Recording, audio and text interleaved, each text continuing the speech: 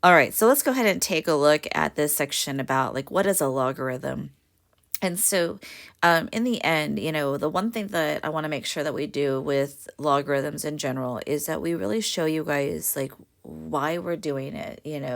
We'll tell you to memorize some things, but in the end, like for you to understand like why you're memorizing it or where it comes from, I think is really important in this particular situation. And so in class, when I did this section, I had everybody take a moment to read. And I understand, like I'm saying to read in a math class, but I do want you guys to take a moment to read the situation. Okay, so go ahead and pause the video for a second and take a moment to read about the earthquake.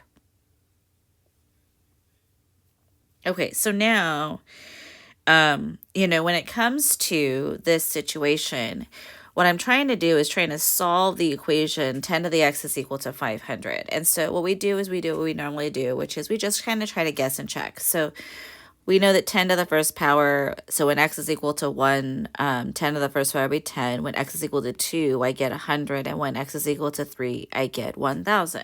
So if I'm trying to solve the equation, 10 to the x is equal to 500, what I'm trying to do is figure out, what that value of x is. So we know it's somewhere between 2 and 3 because I have 100 and 1,000.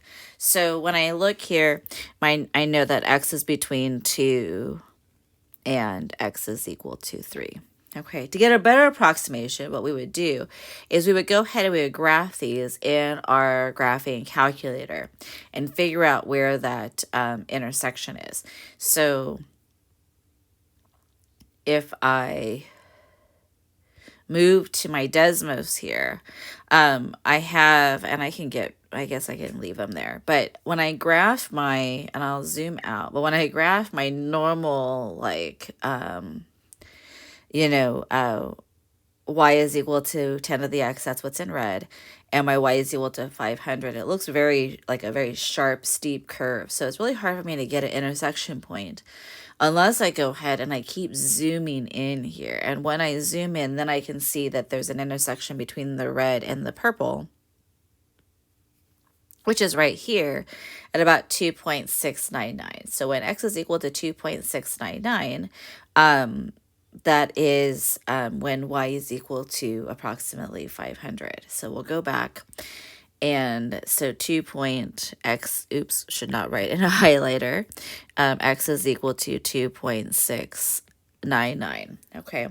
Now, we're looking at, the situation of y is equal to b to the x. The inverse function, remember inverse functions, that if I want to find an inverse function, what I do is I switch my x's and my y's and then I resolve for y. But in this situation, because I have y here up in my exponent, I end up with a situation where how do I get y by itself? And so we have to introduce a new operation called a logarithm in order to solve for finding the inverse function.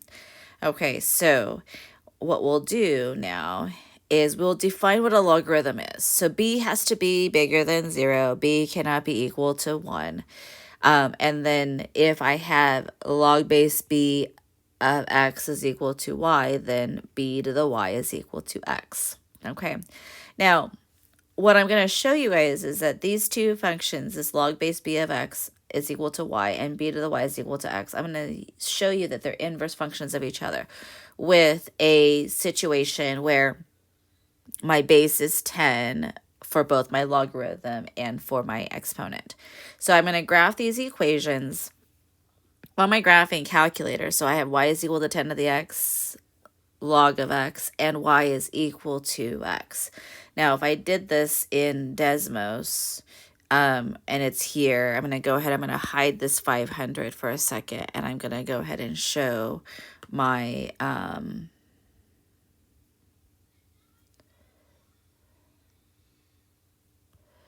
going to go ahead and show my my equations here. And so what you'll notice is that, with the Desmos, here in my red equation is my 10 to the x. I'm just going to hide it and show it again.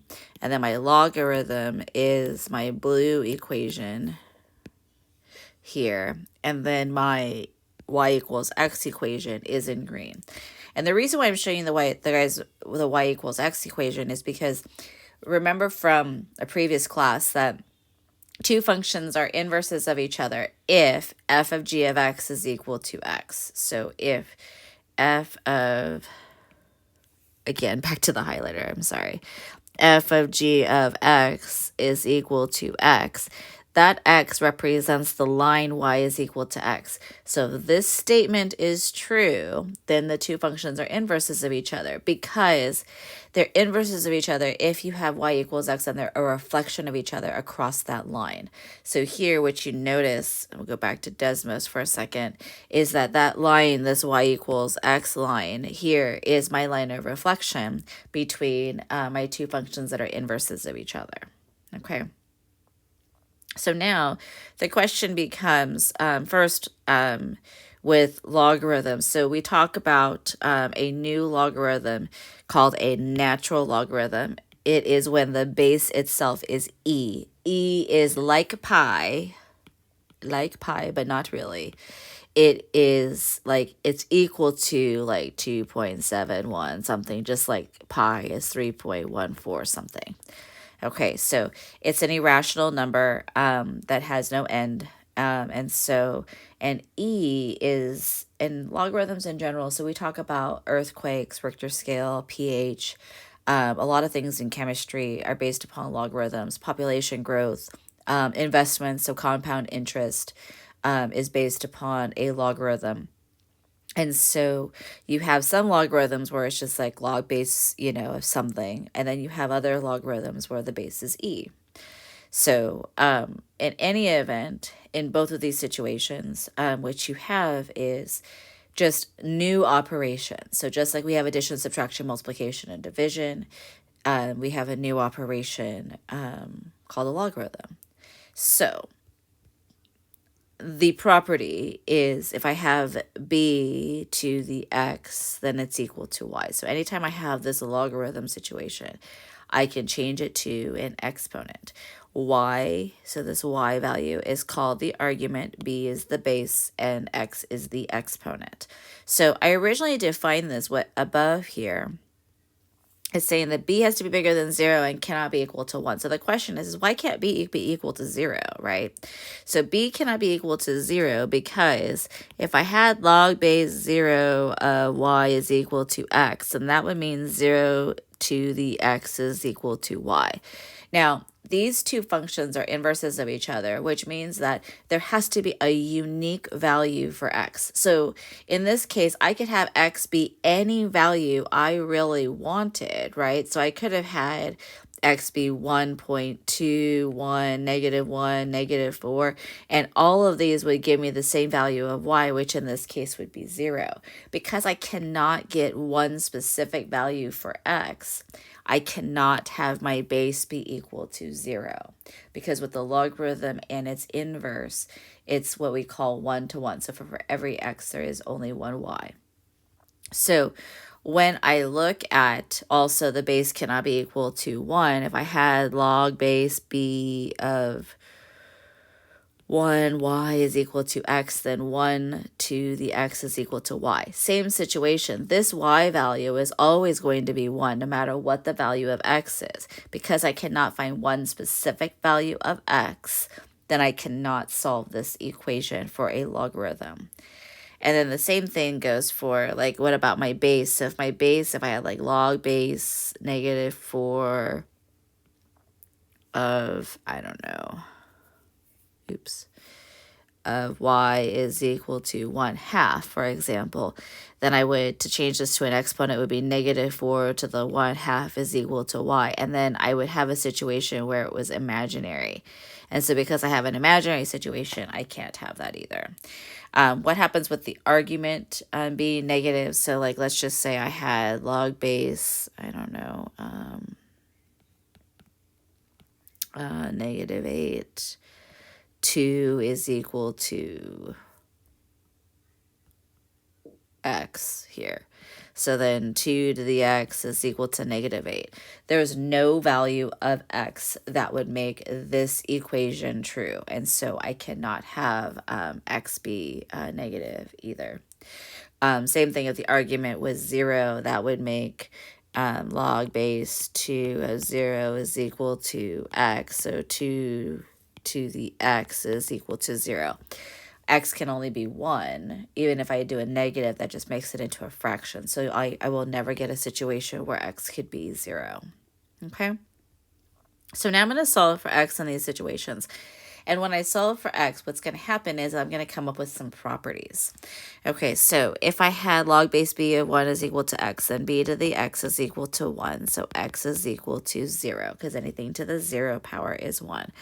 What that means is that the log base b of 1 is equal to 0.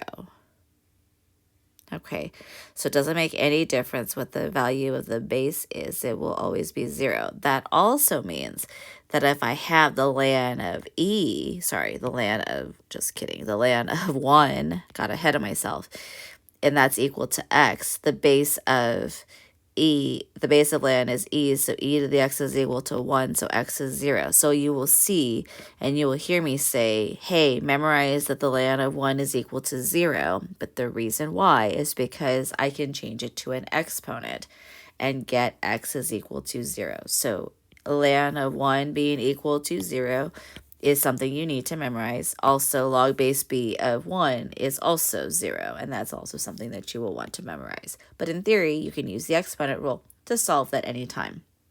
Okay, so now in this case, log base b of b is equal to x, so b to the x is equal to b. So if the bases are the same, then the exponents have to also be the same, which means that any log base b of b has to be equal to 1. So for example, if I had log base 2 of 2, that's going to be equal to 1 because 2 to the 1 is equal to 2. So you'll see me say a lot that if the base and the argument are the same, then the value is equal to 1. Okay, that also means ln of e is equal to x, so the base of ln is e, so e to the x is equal to e, so x is 1. So you'll hear me say all the time, what's the ln of e equal to? It's equal to 1, because you memorized it. But not really, it's because you changed it to an exponent. Okay, so then we have log base b. So if I have log base b of b to the y is equal to x, so b to the x is equal to b to the y. So that means that x is equal to y. Okay, here I'm going to just start now using the exponent rule. So 3 to the 4th is equal to x, so x is equal to 81. 9 to the 1/2 is equal to x, so I have the square root of 9 is equal to x, so x is equal to 3. 12 to the x is equal to 144. 144 is a perfect square. It is 12 squared, so x is equal to 2. 8 to the x is equal to 4,096. When you do some guessing and checking, x is going to be equal to 4. 1/5 to the x power is equal to 25. Now that's kind of a little weird situation. So I'm going to change my 5 to be a negative exponent. So 5 to the negative x is equal to 25. 25 is the same thing as 5 squared. So negative x will be equal to 2. So x is -2. So that's just a little strange there. Just remember that anytime I have this situation, I can bring this value of 5 up to the top and make that exponent negative. Okay, so I cannot have an argument be negative. So because my argument cannot be negative, this is no solution. Okay, so then x cubed is equal to 27, so x is equal to 3. Now here, I'm going to do x to the 5/4 is equal to 32. Do not be a weirdo. When I raise both sides to the 4/5 power, don't be strange. You should do the 5th root of 32 first and then take it to the 4th power. Do not be a weirdo and be like, oh, let me do 32 to the 4th and then take the 5th root of it. That's dumb. You're going to end up with a very large number. So simplify your life a little bit. Take the fifth root of 32 first, so you get 2 to the fourth, and 2 to the fourth is 16. Then I have x to the 2/3 is equal to 16. Raise both sides to the 3/2. Again, don't be a weirdo. Take my square root of 16 first and then cube it. So I get x is equal to 4 cubed. So x is 64. And that is it for this lesson.